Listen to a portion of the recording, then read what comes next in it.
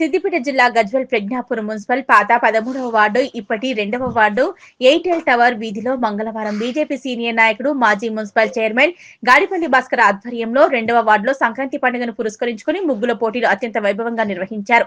మన సంప్రదాయాలను ప్రతిబింబించేలా మహిళలు రంగురంగుల ముగ్గులతో వార్డులను కళాత్మకంగా తీర్చిదిద్దారు.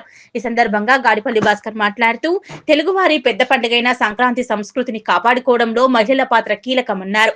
ఇలాంటి పోటీల్లో మహిళల్లో దాగి ఉన్న సృజనాత్మకతను వెలికి తీయాలని ఆయన పేర్కొన్నారు.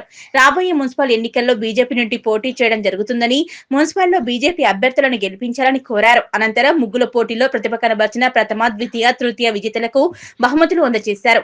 అలాగే పోటీలో ఉత్సాహంగా పాల్గొన్న మహిళలందరికీ ప్రోత్సాహక బహుమతులు పంపిణీ చేశారు.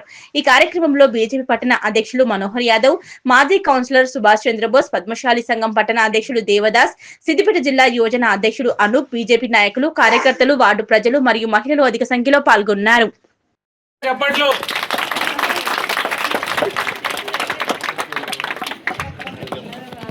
అలాగే